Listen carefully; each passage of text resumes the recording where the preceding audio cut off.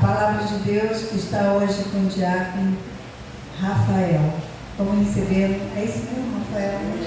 Então vamos receber com alegria agora, uma salva de palmas para Jesus.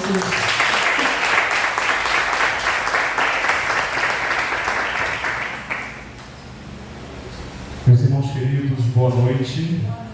A graça e a paz do Senhor Jesus.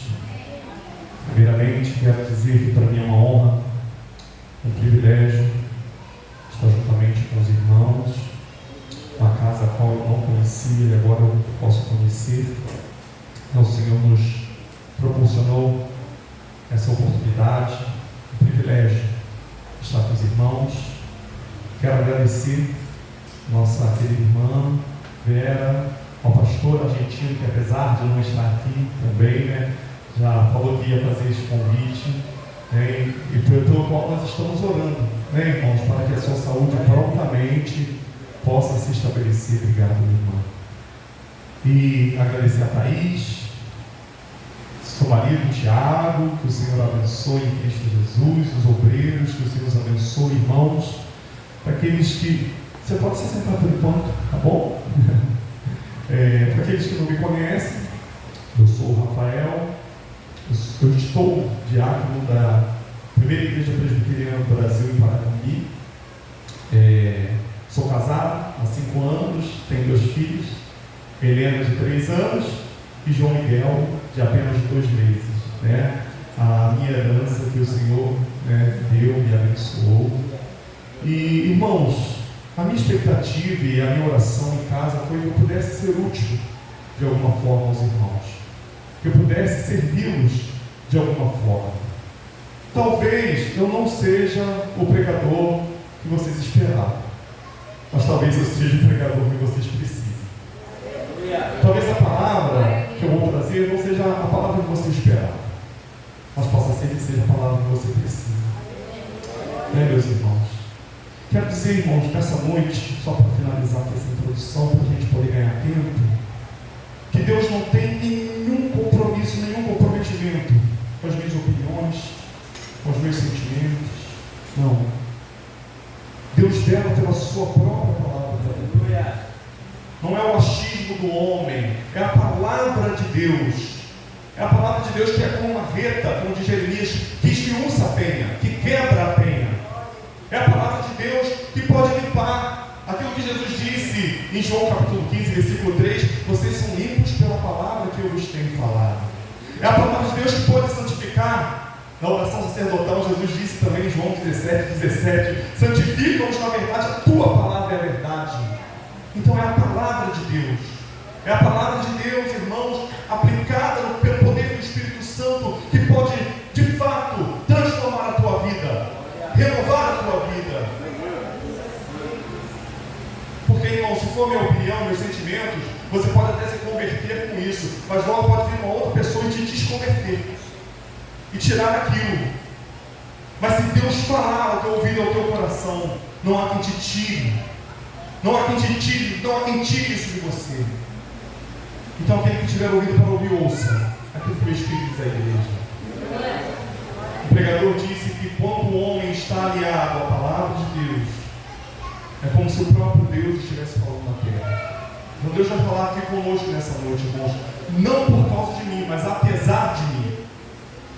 Não pelo que eu tenho, pelo que eu sou, até porque eu não tenho nada, eu não sou nada, mas porque em Cristo é por aquilo que Ele já fez. Eu quero, irmãos, nessa noite, meditar juntamente com os irmãos no Evangelho segundo escreveu Mateus,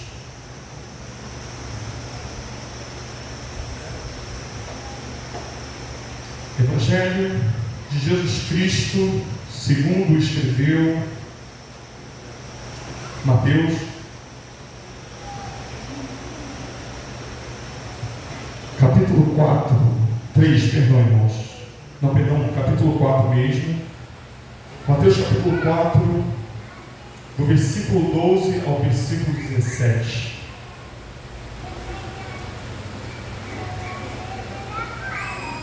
Então a minha expectativa não é outra, que a igreja seja edificada, que os santos sejam edificados, que os pecadores arrependidos para a glória de Deus.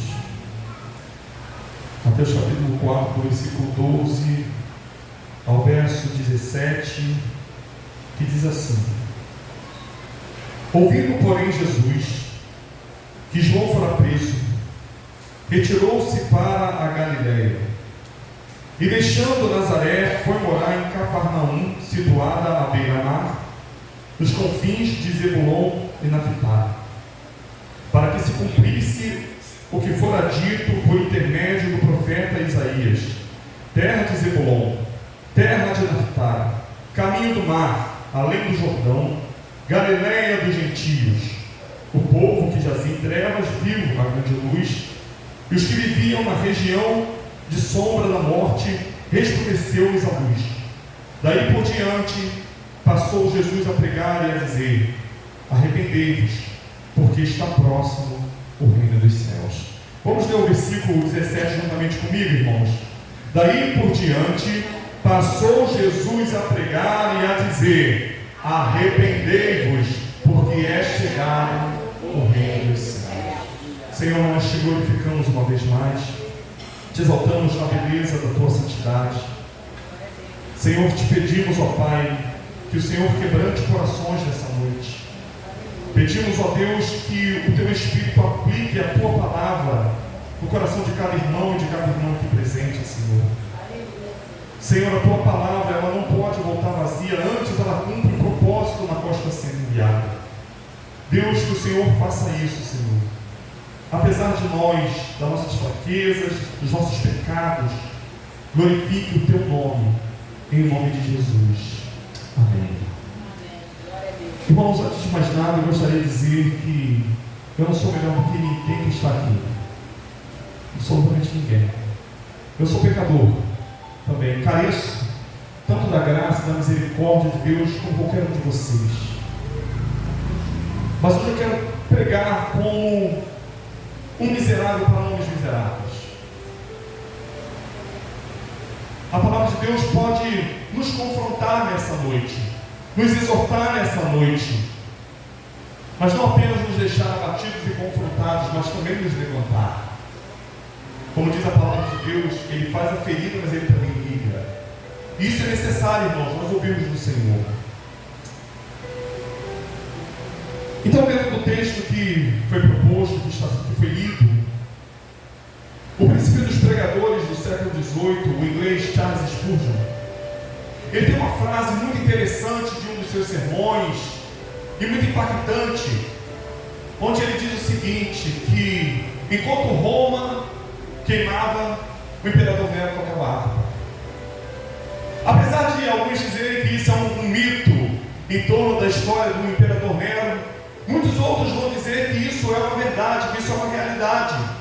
Que quando Nero põe fogo na capital de Roma, ele sobe para o alto das torres de Mecenas, e lá ele começa a tocar a sua lira, a tanger a sua harpa, enquanto o fogo queimava e incendiava Roma.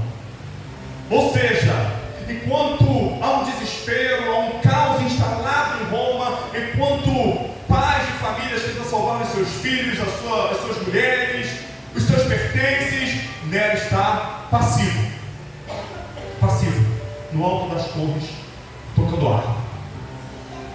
Spurgeon ele vai completar a sua frase dizendo assim: assim como Roma queimava enquanto Nero tocava harpa, ele vai dizer assim, são muitos pregadores dos dias atuais, que enquanto o povo está perecendo, eles estão falando coisas completamente secundárias. Ou seja, em outras palavras, Spurgeon está dizendo o seguinte: enquanto o povo está indo em direção à condenação, enquanto o povo está indo em direção ao inferno, os pregadores estão falando coisas sem importância, estão falando coisas irrelevantes, não estão falando daquilo que verdadeiramente precisa ser falado, não estão tocando naquilo que verdadeiramente precisa ser tocado. E isso Spurgeon ele escreve há mais ou menos 3 séculos atrás, porque ele não viu a geração de hoje. Porque se ele visse, ele teria muito mais motivo de falar isso que ele disse. Porque nunca houve uma geração nossa. Uma geração que maquina a sua maldade à noite e vai executar logo pela manhã. Nunca houve tanta distorção de valores bíblicos e morais como na nossa geração. Nunca houveram tantas distorções. Nunca. Se nós ligarmos a nossa televisão em qualquer noticiário, se nós ligarmos a nossa internet, vemos pais se voltando contra seus filhos, filhos se voltando contra seus pais, mulheres se voltando contra os seus filhos, contra os seus maridos, maridos se voltando contra as suas esposas. Nunca houve, irmãos, uma geração como a nossa. Nunca houve uma geração que corresse tão rápido para a maldade. Eles correm com os pés como da corça para a maldade, para o abismo. Se nós pudéssemos comparar a velocidade com que esta geração corre para o mal, com a velocidade de um avião supersônico, um avião supersônico que ia parecer uma tartaruga. Porque o homem está sendo constantemente mau e perverso. Essa é uma realidade, essa é uma verdade. Mas infelizmente, enquanto isso, muitos dos nossos pregadores e das nossas pregações estão falando coisas completamente irrelevantes, coisas completamente secundárias, coisas completamente sem importância. Enquanto Roma está pegando fogo, os pregadores estão no alto das torres tocando harpa, vendo tudo acontecendo passivamente.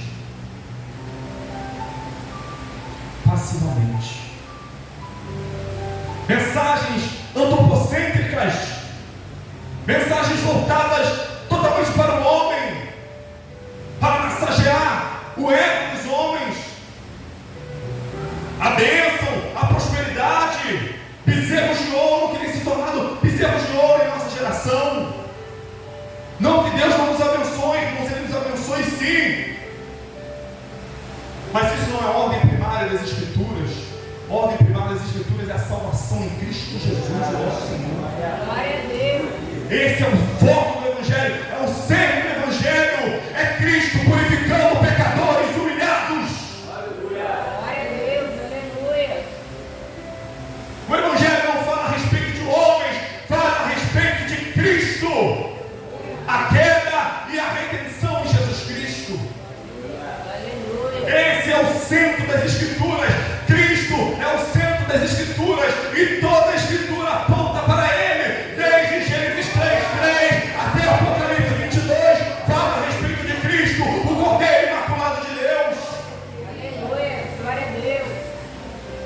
E como o homem precisa se arrepender de seus pecados e confessar a Cristo, nós perdemos essa mensagem de vista. E os homens têm ido para o inferno com seus egos muito bem massageados. Obrigado. O Evangelho antropocêntrico, onde o homem vai estar por cima. E aqueles que viram passar na prova e não me ajudaram, quando me ver na bênção, vão se arrepender. Triunfalismo, mensagens distorcidas, isoladas. Irmãos, toda mensagem isolada, toda mensagem distorcida, ela não provém de outra pessoa senão de Satanás. Porque foi isso que Satanás fez no deserto. Mateus capítulo 4.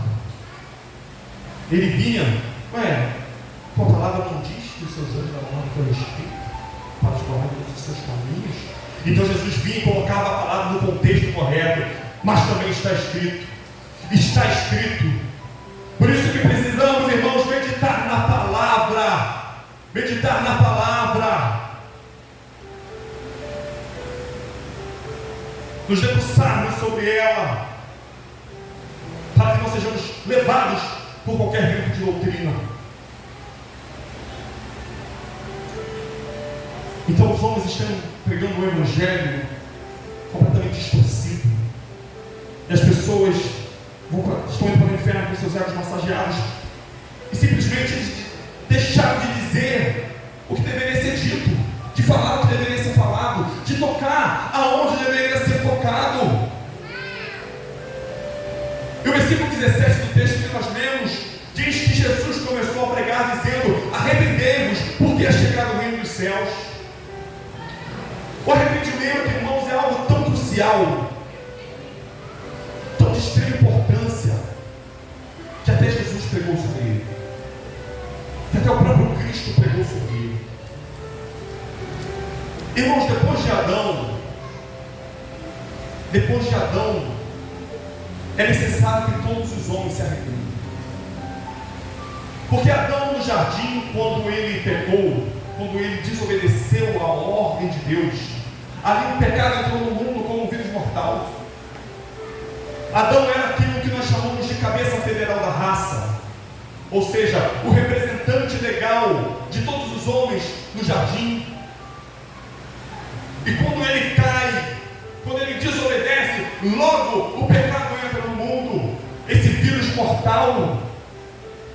E agora a natureza de todo homem, sem exceção, com exceção, é claro, só de Jesus Cristo, agora a natureza de todo homem que pisou nesta terra é uma natureza pecadora, pecaminosa, é a natureza caída.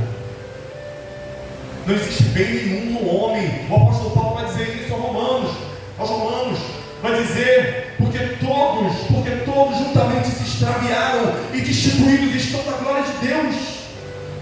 Todos se fizeram inúteis diante de Deus. Não há um justo, nenhum sequer. Olhou para a terra e não viu um justo, nenhum sequer. Agora, a partir então de Adão, todos os homens necessitam de arrependimento. Todo homem agora é como um carro desalinhado, andando por uma estrada estreita, sinuosa, sempre pendendo a um lugar mais largo, a um caminho mais largo. Irmãos, o pecado não é uma ferida normal. O pecado é uma chaga mortal. Isaías, no capítulo 59, do versículo 1 ao versículo 4, o profeta diz assim: eis que a mão do Senhor não está encolhida, para que não possa salvar, nem surdo o seu ouvido para não poder ouvir. Mas as vossas iniquidades fazem separação entre vós e o vosso Deus, e os vossos pecados encobrem o seu rosto de vós, para que vos não ouça. Porque as vossas mãos estão contaminadas de sangue, e os vossos dedos de iniquidade, os vossos lábios falam mentiras, e a vossa língua profere maldade. Ninguém a reclame pela justiça, ninguém que compareça em juízo pela verdade. Confiam no que é nulo e andam falando mentiras, concebem o mal e dão à luz a iniquidade. O pecado é uma barreira de separação entre Deus e o homem. O profeta Isaías vai dizer que também é como ovos de basiliscos, ou seja, é como ovos de serpente. Para a gente dar uma ilustração aqui, é como aqueles filmes de cobra, né? Piton, Anaconda. Ali está vendo aquele filme e as pessoas tentando matar aquela cobra que está matando ali todo mundo. Quando eles matam, aí acaba o filme mostrando que aquela cobra deixou filhotinhos, deixou ovos, né? Para ter ali a segunda temporada ali do filme, ou 2, né? Então está dizendo que o pecado é ovos de basilisco porque é um mal iminente. O pecado é um mal iminente, é um mal que está à porta. E o Senhor diz na sua palavra: os vossos pecados vos encontrarão. Os vossos pecados vos encontrarão. Deus tomará juízo. Deus tomará juízo. Mas o problema, meus irmãos, é que se é uma mensagem falando muito de um Deus de amor, e nós sabemos, com certeza, Deus é amor. Deus é amor. Mas duas verdades subsistem nesse Deus. Assim como uma moeda é cara e coroa, essas duas verdades subsistem em uma. Nós sabemos que Deus é amor, mas o texto de Deus diz também que Ele é fogo, Senhor.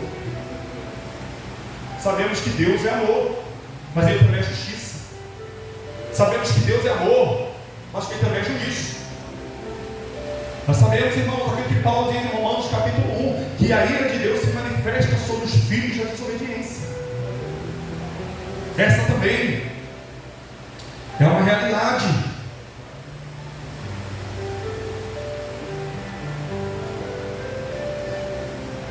E Deus, o nosso Deus, é um Deus santo.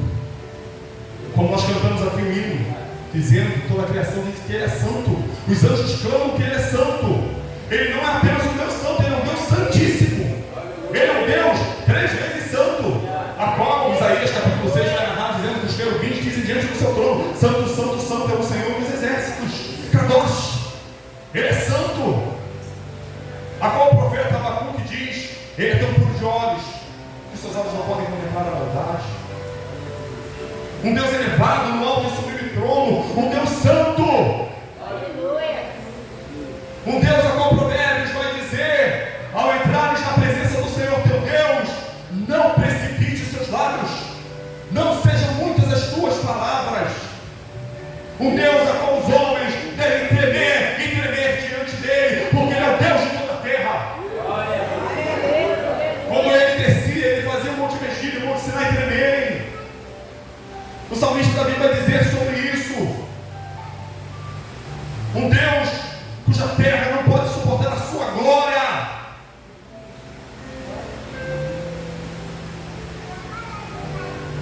E nós somos pecadores, irmãos.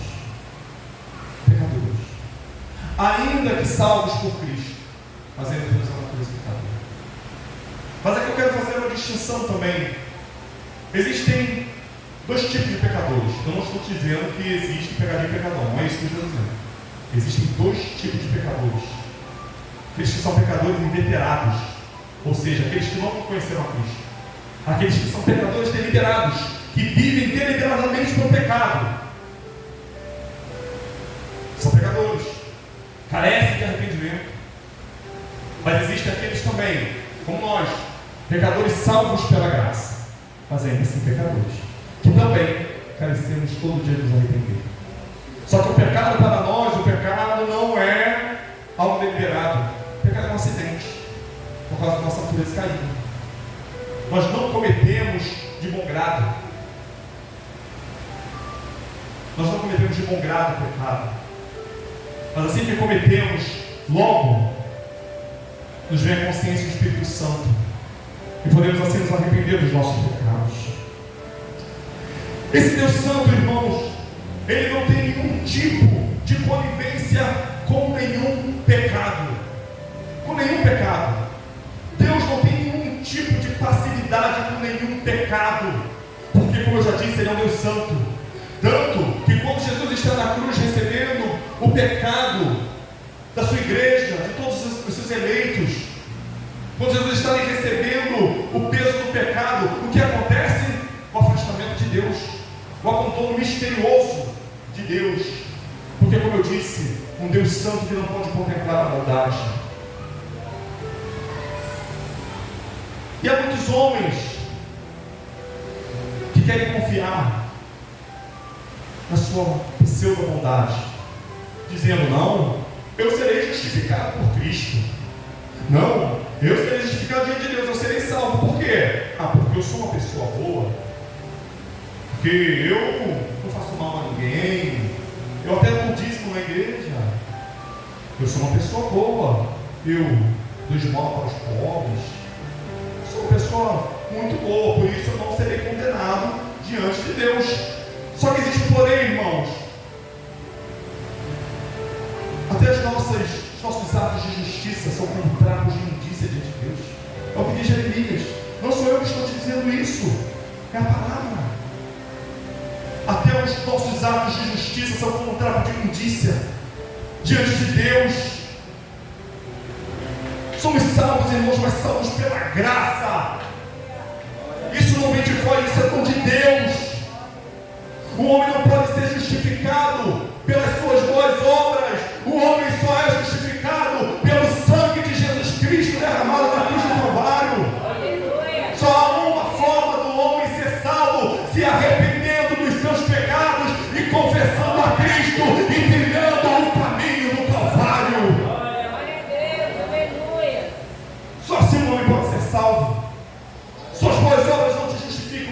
de Deus.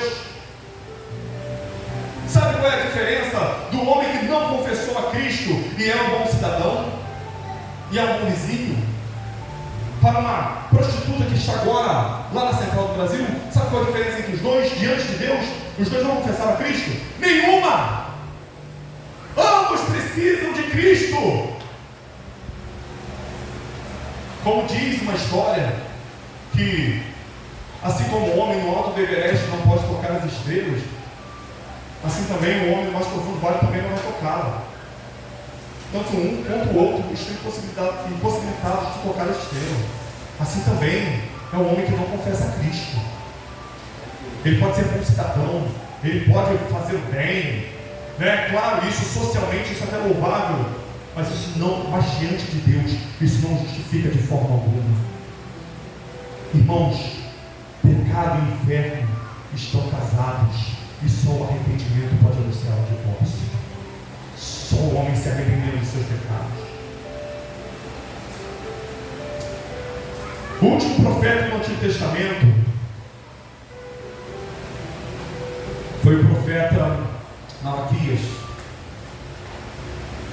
Depois do profeta Malaquias, meus irmãos, depois do profeta Malaquias, entra um período chamado de período interbíblico, ou período intertestamentário, onde Deus fica ali 400 anos sem falar com ele. 400 anos de silêncio profético. Não há mais nenhum profeta chamando o povo ao arrependimento. As pessoas atribuem muitos profetas à questão de visão do futuro, mas na verdade houve sim, mas foram poucas coisas em relação a isso, visão do futuro. Mas os profetas, eles mais chamavam o povo de Deus a se arrepender de seus pecados. Em toda a Escritura nós vemos isso.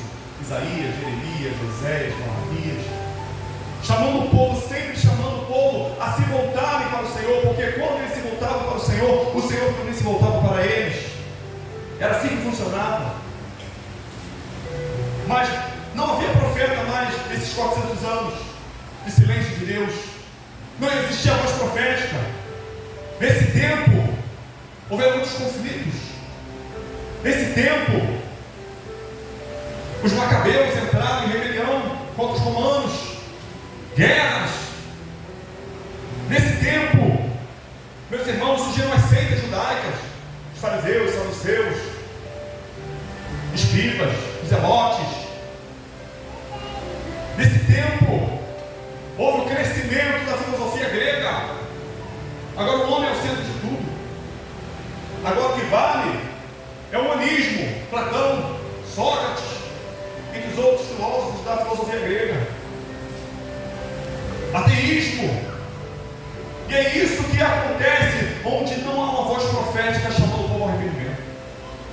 Guerras, ateísmo, descrença, sexismo, contendas, guerras, porfias. O que nós temos visto no tempo de hoje? Todas essas coisas. Por quê? Porque mudaram a mensagem. Porque mudaram a mensagem, irmão. Porque mudaram a mensagem chamando o homem a se arrepender dos seus pecados e voltar-se para Deus. Mas 400 anos depois, Deus levanta um caminho do deserto. Deus levanta um homem chamado João, que ele batizava, João Batista. E aquele homem no meio do deserto tinha uma palavra dura, dizendo: arrependei-vos, porque é chegado o reino dos céus. O machado está posto à raiz das árvores. Arrependam-se todos e se voltem para Deus. E ele batizava no Rio Jordão. Mas um dia João Batista, ele denunciou um pecado. Ele olhou para Herodes Agripas e disse: Herodes Agripas, não é lícito possuir a mulher do seu irmão Filipe. Herodias ficou com raiva, foi lançar diante de Herodes e, persuadida pela sua mãe Salomé, ela pediu a Herodes. Herodes ofereceu para ela a metade do reino dele, mas ela não quis. Ela preferiu a cabeça do profeta. Ela preferiu a cabeça de João Batista. Falou que era a cabeça de João Batista. E naquele instante, Herodes mandou que prendesse João Batista. Então Jesus, que morava na Galileia. Nós estamos entrando no nosso texto. Então, Jesus que morava na Galileia, saiu da Galileia para a região de Cafarnaum, ouvindo que João Batista tinha sido preso, ouvindo que a mensagem do arrependimento tinha sido ensinada. Agora, Jesus vai para Cafarnaum, para as terras de Zebulon, para as terras de Naphtali, para se cumprir aquilo que diz Isaías capítulo 9, terra de Zebulon, terra de Naphtali, Galileia de gentios, aqueles que jaziam em trevas, agora podem ver a luz. Essa luz é Jesus e a sua mensagem. Essa luz é o próprio Cristo e a mensagem que ele trazia consigo. E qual é a mensagem que ele trazia consigo? Arrependei-vos, porque é chegado o reino dos céus. Só a maneira dos homens verem a luz, com a mensagem que conclama, que chama ao arrependimento de seus pecados. Porque nenhum homem irá entrar no céu, meu irmão, sem arrependimento. Nenhum homem irá entrar no céu sem arrependimento. Jesus levanta então o bastão da mensagem de João Batista. Arrependam-se, arrependam-se. Então vejamos, irmãos, a importância do arrependimento. Como eu disse, até Cristo pregou sobre ele.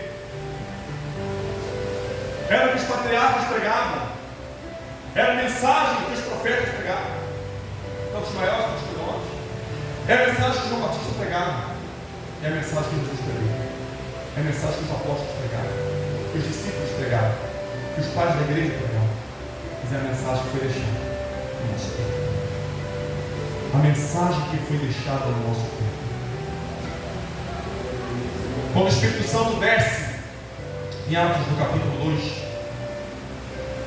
nós vamos ver Pedro discussando diante do Sinédrio. E ele fala: olha, cumpriu-se aquilo que diz o profeta Oséias.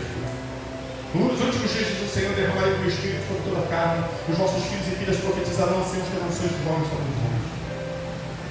Portanto, irmãos, arrependei-vos, Pedro disse, arrependei-vos, para que venha tempos de refrigério.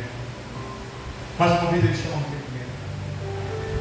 Mas por que colocar a mensagem, irmãos? Porque essa mensagem não é uma mensagem muito palatável, não é uma mensagem muito aceita, não é uma mensagem que desce muito boa. Mas qual é o problema? O problema então é a mensagem? O problema é a Bíblia? O problema são as palavras do Senhor? É claro que não. A palavra do Senhor é doce como mel. A palavra do Senhor é vida. O problema não está na palavra. Não é a palavra que é dura. Duro é o coração de quem a ouve.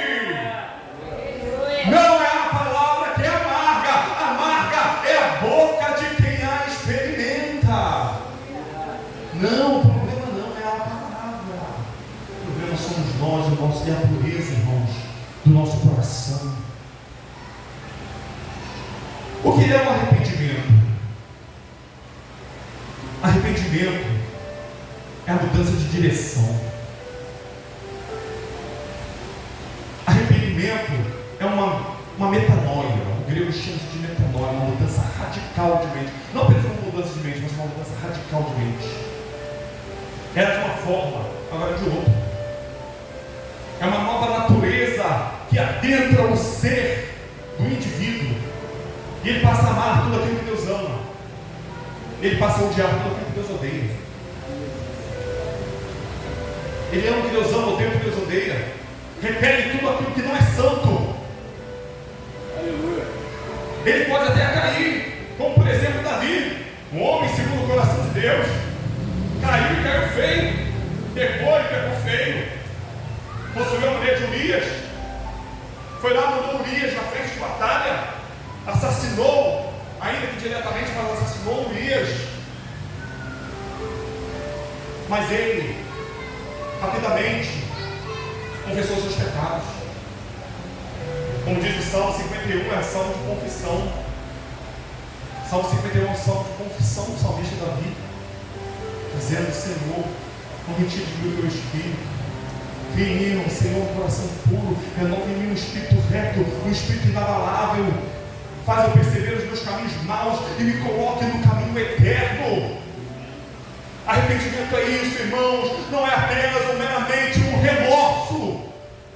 Judas teve remorso. Ele viu o que ele tinha feito, então, que ele havia se vendido. Então ele foi lá e se enforcou. Trilhou o caminho da morte. Diferente de Pedro, que se arrependeu. E ele pôde ver o perdão de Deus, o perdão de Cristo sobre a sua vida. Porque ele de fato se arrependeu. Porque o verdadeiro arrependido, ele não corre de Deus, mas ele corre para Deus. É o que disse Salomão: torre forte é o nome do Senhor. Os justos correm para ela e eles serão salvos. Eles serão salvos. Porque sabemos que em Cristo há redenção, irmãos, e graça suficiente para cobrir os nossos pecados. Uma das mensagens de João que sintetiza o Evangelho é quando ele diz: eis o Cordeiro de Deus que tira o pecado do mundo. Quem Cristo é? O Cordeiro de Deus. O que ele faz? Ele tira o pecado do mundo.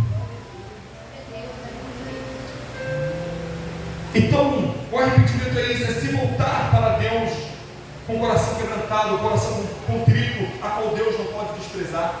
Porque é o que diz a palavra: o coração quebrantado e contrito não desprezará o Senhor.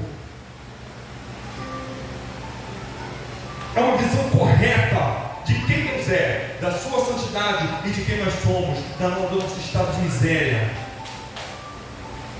Tendo Deus como um único padrão de santidade. Tendo Deus como um único padrão de santidade. A nossa geração, ela tem uma mania de se comparar com o outro, né? Mas aquele pastor, ele é santo, mas olha só o que aconteceu com ele caiu, ele se desviou, ele pecou, então eu também, então tá tudo certo. Ele age por comparação, né? Muita gente cai, eu também caí, eu também pequei. Uma forma de se relativizar os seus próprios pecados e de justificá-los de alguma forma, de forma que a sua consciência vai ficar tranquila. Mas a Bíblia, irmãos, não costuma apaziguar consciências. A Bíblia costuma despertar consciências. O meu padrão de santidade não é o irmão A, o irmão B, o pastor da internet A, o pastor da internet C. Não! O nosso padrão de santidade é o próprio Deus.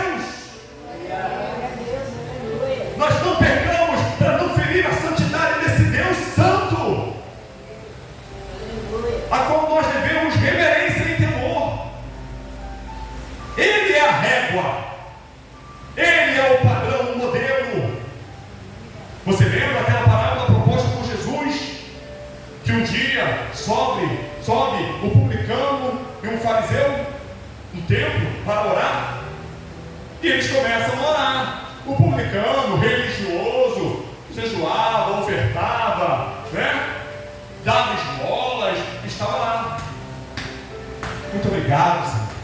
Eu dou as esmolas, eu sou um bom religioso, sou um bom cidadão. Muito obrigado. Eu não sou aqui, olha a comparação, eu não sou aqui como esse publicano, fariseu, dizendo: eu não sou como este publicano, cobrador de impostos. O publicano era um cobrador de impostos do seu próprio povo. Era um judeu que cobrava impostos do seu próprio povo. Eu não sou como o publicano. Muito obrigado, Senhor. Já o publicano não ousava nem olhar para o céu, mas ele dizia: Senhor, se propício a mim, pecador. Se propício a mim, pecador. Porque a régua do fariseu era o publicano, mas a régua do publicano era o próprio Deus, meus irmãos. Era o próprio Deus.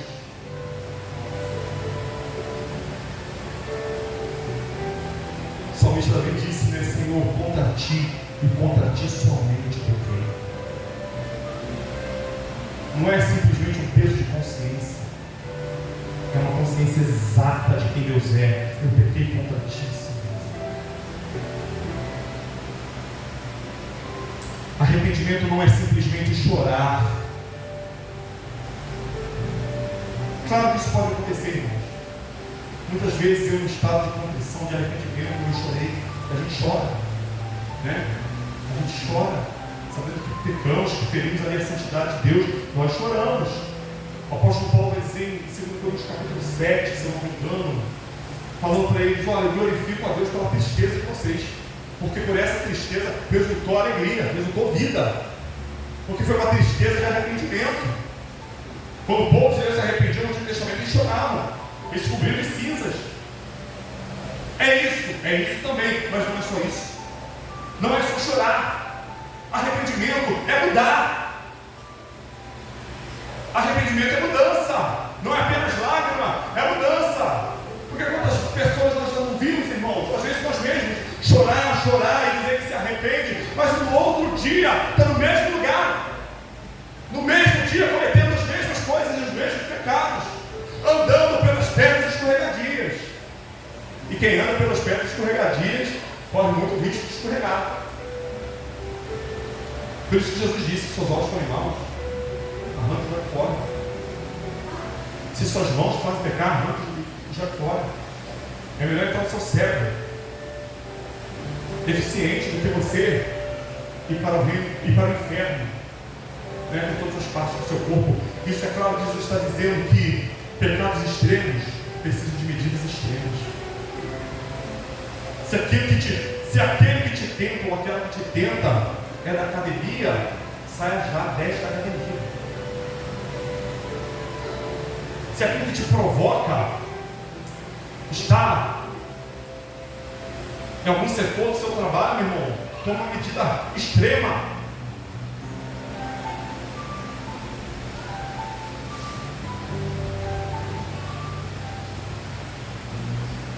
O arrependimento, irmãos, é importante, porque o arrependimento é que quebra o elo do homem com o pecado, e daí o homem pode gozar de plena paz para com Deus. O homem pode gozar de plena paz para com Deus depois que ele se arrepende dos seus pecados. O arrependimento te tira da condenação e da morte. Tira o homem da condenação e da morte. Em Lucas capítulo 13, versículo 1 ao 5, Jesus disse assim: naquela mesma ocasião, chegando alguns, falavam a Jesus a respeito dos galileus, cujo sangue Pilatos misturava com os sacrifícios que os mesmos realizavam. Ele, porém, lhe disse: pensais que esses galileus eram mais pecadores do que todos os outros galileus por terem padecido essas coisas? Não eram, eu vos afirmo. Jesus dizendo: se porém não vos arrependerdes, todos de igualmente modo perecereis. Ou cuidais que aqueles 18 sobre o qual desabou a torre de Siloé e os matou eram mais culpados que todos os outros habitantes de Jerusalém? Não eram, eu vos afirmo. Mas se não vos arrependerdes, todos igualmente perecereis. Então arrependimento é sobre isso que Cristo está falando. Arrependimento é sobre padecer e não padecer, perecer ou não perecer, ser condenado ou não ser condenado.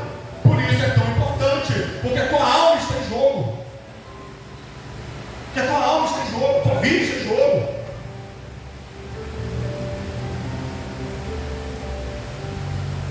E o que acontece, irmãos, do verdadeiro arrependimento? O verdadeiro arrependimento, quando nos é concedido, quando nos arrependemos dos nossos pecados.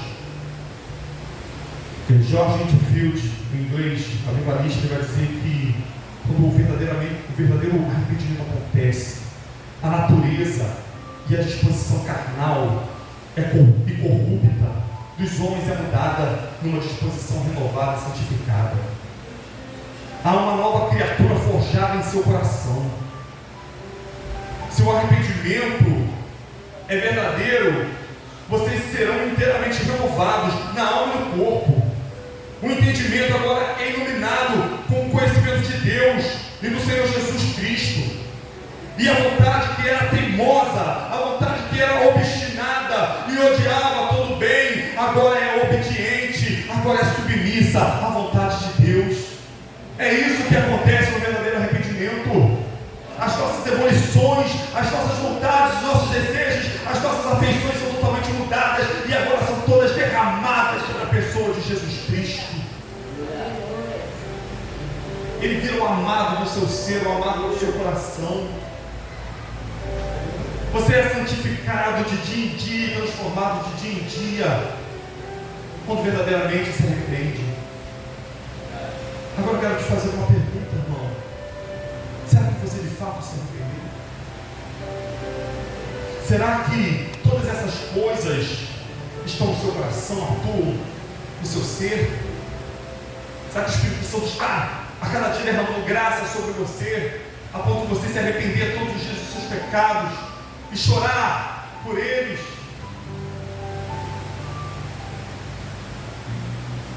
Eu tenho uma notícia boa também para você, irmãos. Que Cristo é rico em misericórdia. Cristo é rico em nos perdoar. Talvez você esteja aqui nessa noite, talvez você nunca tenha se arrependido dos seus pecados. Talvez você possa ter passado anos na igreja sem se arrepender. Conheço um homem, ouvi falar de um homem, mestre em teologia, pastor, que ele, anos na igreja, só foi se converter no seu momento final, lendo o livro de Romanos. Porque essa atuação de arrependimento não fluía no coração dele. Ele se tornou apenas um religioso formal. E muitos são assim, apenas religiosos formais. Apenas pessoas que vêm à igreja e cumprem o seu rito. Apenas pessoas que vêm aqui sem refrear moralmente. Ah, é porque eu quero parar de beber, quero parar de fumar. Tudo bem, meu irmão, tudo isso é digno, irmãos. Mas Deus não nos chama apenas para uma melhora. Jesus disse: necessário é nascer de novo. Necessário é nascer de novo. Mas, irmãos, a boa notícia é que Deus continua concedendo arrependimento. É Ele que concede no coração do homem. A boa notícia, irmãos, é que ainda que os vossos pecados sejam vermelhos como a escarlate, Ele pode tornar mais branco do que a neve. A boa notícia, irmãos, é aquilo que está em 1 João, quando o escritor vai dizer que se dissermos que não temos pecados, enganamos a nós mesmos, somos mentirosos e a verdade não está em nós. Mas enquanto a proposta, ele também vai dizer: se confessar os vossos pecados, Ele é fiel e justo para vos perdoar os pecados e vos purificar de toda justiça. Como eu disse, irmãos, o pecado é uma afronta contra Deus. No céu não vai ter pecado. Deixa eu lembrar isso: no céu não vai ter pecado. Não vai entrar, irmãos. Vai entrar um povo redimido santo. Um povo que foi redimido pelo sangue de Jesus Cristo, que foi comprado por um alto preço. Um povo que vive uma vida de arrependimento constante. Essa mensagem é muito séria. Como eu disse, a tua alma está em jogo, a tua vida está em jogo, o teu coração está em jogo. E Cristo te chama nessa noite, irmãos, assim como chama Zaqueu. Zaqueu vem depressa. Vem depressa, porque hoje convém pousar na tua casa. Eu quero orar por você nessa noite, cara. As horas vão avançando. Talvez já tenha até passado no momento. Não sei. Mas eu quero te dizer isso, irmão. Só uma chance para você. O sangue de Cristo, o sangue poderoso de Jesus Cristo derramado na cruz do Calvário, tem o poder de te purificar, irmãos.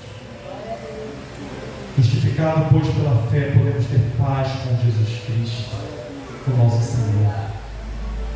Aqueles que eram inimigos de Deus, rivais de sua bondade, avessos aos seus padrões, agora podem se tornar amigos de Deus por causa do sangue de Jesus Cristo.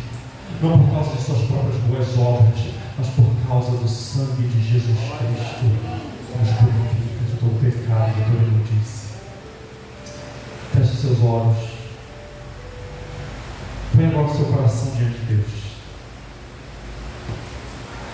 Talvez com essa pregação aqui você tenha pensado assim: Senhor, eu sou essa pessoa cujo arrependimento não flui no meu coração.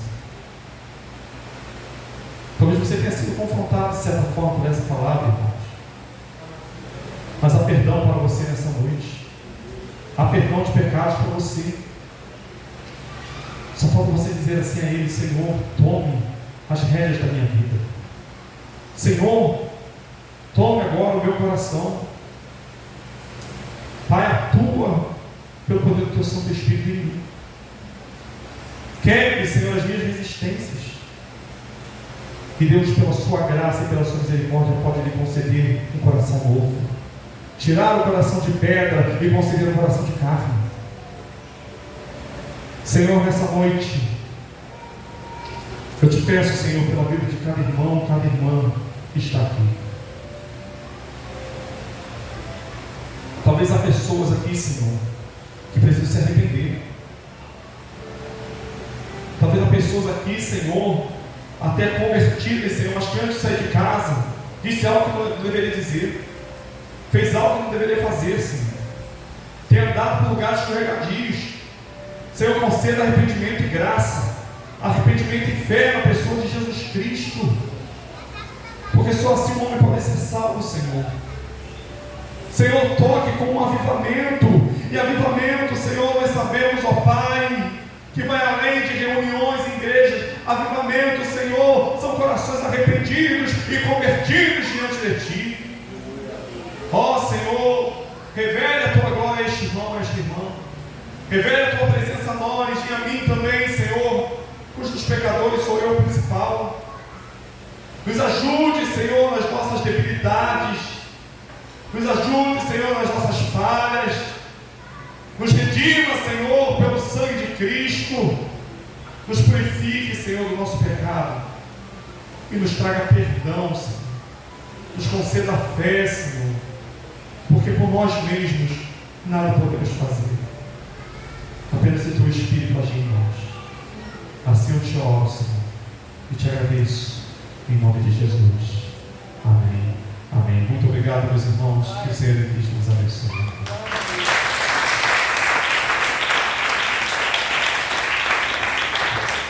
Amém. Glória a Deus. Palavra abençoada, né?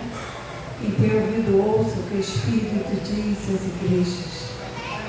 Então, que nós possamos receber esse perdão do nosso Deus todos os dias, porque a misericórdia do Senhor é a causa de não sermos consumidos, né? E pela graça nós somos salvos. Deus está nos oferecendo essa graça nessa noite. Fique de pé em nome de Jesus. Aleluia. Fecha os teus olhos rapidamente. Aleluia. Que nós possamos ouvir o Espírito Santo, conforme ele falou nessa noite sobre arrependimento. Nós estamos chegando, nós estamos já vivendo os últimos tempos. Não há muito tempo para ficar pensando, mas é tempo de agir, de se levantar, com humildade na presença de Deus, e pedir ao Senhor que o aceite, pedir ao Senhor perdão pelos nossos pecados. A vida do Senhor Jesus está tão próxima. Nós precisamos nos redimir dos nossos pecados, saber que não há outro caminho, não há outra porta. E o Senhor nos oferece esse caminho, através da Sua palavra. O Senhor diz que Ele não existe um coração quebrantado, e que nós possamos quebrantar o nosso coração diante do Senhor, reconhecendo nossas falhas, nossas fraquezas. Talvez você que está firme com Jesus tenha passado por provações que tem minado a sua fé, tem feito você olhar para trás, até mesmo querer desistir. Mas o Senhor fala nessa noite para você que o poder do nosso Deus aperfeiçoa em sua fraqueza. É Deus que renova nossas forças, que você possa prosseguir. Talvez você não tenha tido também esse encontro verdadeiramente com Deus, mas hoje o Senhor falou poderosamente aos nossos corações. Ainda dá tempo a se arrepender. A palavra de Deus diz em 2 Crônicas 14: se meu povo que se chama pelo meu nome se humilhar e orar e buscar a minha face e se converter dos seus maus caminhos. Eu ouvirei do céu, sararei, perdoarei seus pecados, sararei a sua terra. O Senhor está disposto a nos perdoar. O Senhor está de braços abertos, pronto para nos receber. Que você possa dizer: Senhor, eu não quero mais desse mundo. Esse mundo não tem nada, nada mais que me agrada, nada mais que me atrai. Eu preciso ter um encontro verdadeiramente com Deus. Talvez você esteja na igreja há tanto tempo, mas de modo religioso, mas Deus não quer religiosidade, Ele quer intimidade, Ele quer um verdadeiro relacionamento. E talvez o momento é esse, de mudar a nossa vida diante de Deus. Chega de religiosidade, agora é compromisso com Deus, porque o reino é para aqueles que são comprometidos com o Senhor. Que você possa dizer: Senhor, me ajuda a permanecer firme, Senhor, até a tua vida, independente dos problemas que surgirão em minha vida, independente das provações que eu estou vivendo, mas não tire os olhos de Deus, porque Ele é o autor, o consumador da nossa fé. É Ele que nos levará ao reino de Deus. Segura firme com o Senhor, olha para o Senhor, não deixe que nada venha tirar da presença de Deus, mas que você venha permanecer firme. E você que ainda está de fora, não teve esse encontro com Jesus, abraça a oportunidade que o Senhor está te dando. O Espírito Santo te chama, que você possa receber o Senhor na sua vida. Aplaude o Senhor Jesus de Deus. Vou chamar rapidamente as irmãs aqui. A diaconisa Cida vai estar ungindo aqueles utensílios, chaves, pedidos de oração. A diaconisa Cida vai estar ungindo. Não está aí a diaconisa Cida? A diaconisa Vera pode ungir. Eu vou chamar o diácono Geraldo para estar fazendo essa oração aqui agora. Coloca tuas mãos aqui em direção. Os olhos, coloca as tuas mãos em direção a todos esses materiais aqui em cima da mesa. Tem pessoas já contando vitória, contando bênção, causando a justiça resolvida, pessoas enfermas sendo curadas através dessa oração intercessória. Então vamos interceder em nome de Jesus. Oramos ao Senhor. Senhor, meu Deus, meu Pai, Senhor, eis aqui, Pai, essa mesa, Pai. O Senhor sabe que estão precisando, Pai, aqui, Pai. Ó, Pai, tem fotografia, Pai. Entre, Senhor, providência, Senhor, sobre essas vidas que se encontram aqui, Pai. Não só nos papéis, no papel, Pai, mas sim, Senhor, das pessoas que se encontram nessa situação, Pai, que está pedindo, Pai, o socorro que vem de Ti, Pai. Ó, Pai, entre, Senhor, providência sobre esse lar, Pai, essa chave, Pai. Vai empreendendo, Pai, toda opressão maligna, todo mal vai saindo, Pai. Ó, Pai, se for enfermidade, você vai trabalhando sobre a vida de cada um, restaurando, Deus, do alto da cabeça até a planta dos pés, Pai. Assim também, Pai, a gente pedindo por esses documentos, Pai. Se for processo na justiça, Pai, o Senhor é juiz do juiz, Pai. O Senhor entra, Senhor, providência, Pai. Vai tomando, Senhor, cada um em tuas mãos, Pai. Assim também, Pai, a gente pedindo, Pai. Se for porta de emprego, o Senhor vai restaurando, Pai, abrindo, Pai. Não se importa que o Senhor não possa abrir, Pai. Entra, Senhor, a gente agradecendo em nome de Jesus. Amém. Amém, irmãos. Aqui está o anúncio da semana. Quinta-feira, 19 horas, culto de libertação. Vai ter um diácono aqui, pregando a palavra para todos nós. Vai ser bênção. Domingo, 8 horas, consagração. Por que vai ter consagração? Porque logo à noite, Santa Ceia do Senhor. Então, todas as vezes tem Santa Ceia, nós temos a nossa consagração pela manhã. Então, não falte a essa consagração. Nós, principalmente ministério, a gente vê pessoas aí que ainda não veio uma consagração ainda, mas nós queremos a presença de quem faz parte do ministério tem que estar nessa consagração. Domingo, às 19 horas, a Santa Ceia do Senhor. Vocês estão estranhando porque teve a Santa Ceia na Páscoa, né? Porque toda Páscoa, todo ano, nós damos a Santa Ceia aqui. Foi linda a nossa Páscoa, foi linda, foi uma bênção. Deus trabalhou poderosamente doméstica nesse lugar. A ornamentação ficou a coisa mais linda, ficou tudo maravilhoso, tudo para a glória de Deus, amém? Então fecha seus olhos, vou pedir o diácono para estar fazendo essa oração e vou estar interpretando a bênção apostólica. Oremos. Amantíssimo Deus, Santo e Eterno Pai, obrigado, Senhor, porque o Senhor se fez presente neste culto. Obrigado porque o Senhor trabalhou, usou os teus vasos, usou o teu servo que trouxe a tua palavra, Senhor. Obrigado, Senhor, porque o Senhor falou através dos lábios do teu servo também, Senhor. Deus Todo-Poderoso, agora leva-me na tua santa paz. Dá-me, Senhor, uma semana de vitória, até o culto que vem, Senhor. Para a glória do teu santo nome, nos enche do teu poder. Não nos deixe sairmos daqui vazios, mas cheios do teu Espírito Santo, para enfrentar, Senhor, as armadilhas do diabo, Senhor. Em nome do Senhor Jesus Cristo, e vencer, porque somos mais do que vencedores em Cristo Jesus. Essa é a bênção que eu te peço, já te agradeço, em nome de Jesus. Amém. Diácono Rafael, pregaria toda noite, vai estar interpretando a bênção apostólica.